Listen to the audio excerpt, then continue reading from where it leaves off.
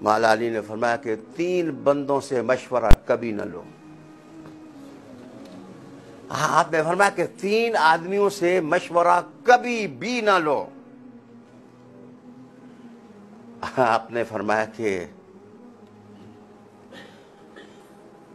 بتانے لگا ہوں میں.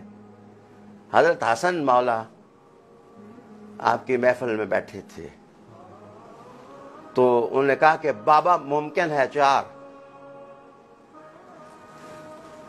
تو حضرت علی المرتضیٰ کرم اللہ وجہ الکریم نے 3 میں بتاؤں گا، 4تھا تم بتانا. 3 میں بتاؤں گا، 4تھا تم بتانا کہ کون ہے جس سے مشورہ طلب نہ کیا جائے. مولا علی کرم اللہ وجہ الکریم نے کہا کہ بخیل آدمی سے کبھی مشورہ نہ لو. بخیل آدمی سے کبھی مشورہ نہ لو. فل سٹاپ. آپ چپ ہو گئے.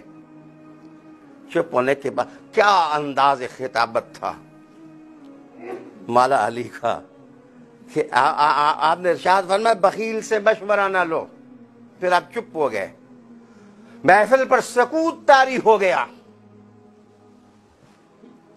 پھر آپ فوراً بولے اور فرمایا کہ بخیل سے مشورہ لوگے تو وہ تمہیں مظلوموں اور غریبوں اور یتیموں اور ضرورت مندوں کی مدد کرنے سے روکے گا.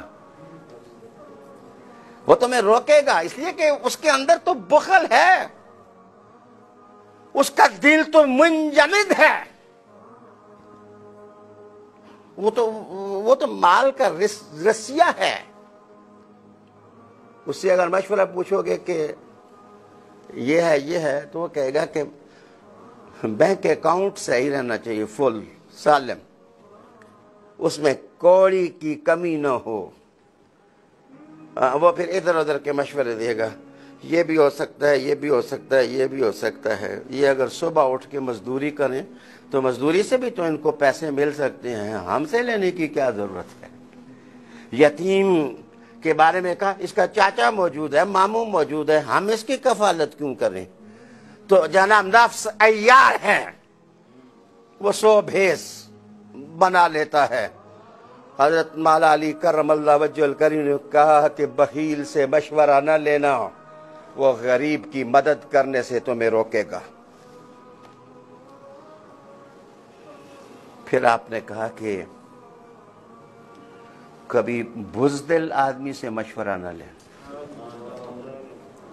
اپنا مشیر کبھی کسی بزدل آدمی کو نہ لگائیے، مت بیٹھنے دیں اس کو اپنی محفل میں.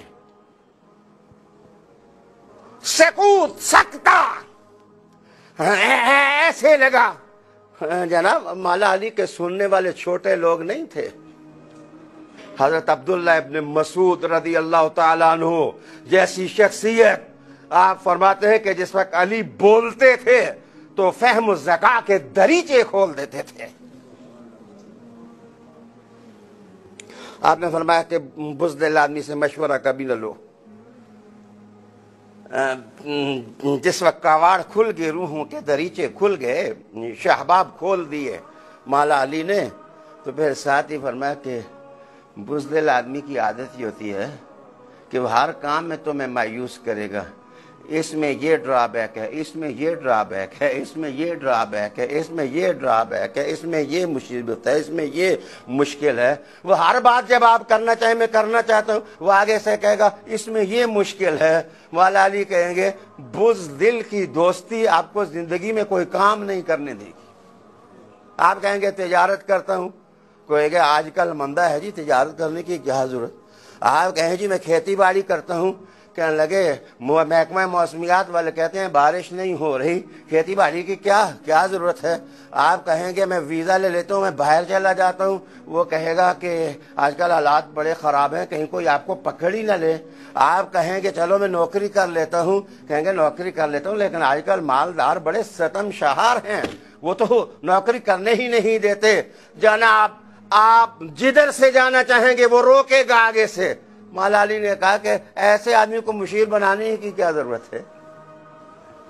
تو یہی وجہ ہے کہ حضرت ابو بکر کا مشیر علی اس لیے تھا کہ وہ بزدل نہیں تھا. ہاں جی، حضرت عمر رضی اللہ تعالیٰ عنہ کا مشیر علی اس لیے تھا کہ وہ بزدل نہیں تھا. جناب حضرت عثمان کے مشیر بھی علی رہے اس لیے کہ وہ بزدل نہیں تھے، اور صرف بزدل ہی نہیں تھے، بخیل بھی نہیں تھے. کنجوسی ان سے قریب نہیں آئی تھی. فرمایا جی تیسری چیز آپ نے فرمایا کہ کبھی حریص شخص کو، طمع والے شخص کو اپنا مشیر نہ بنائیں،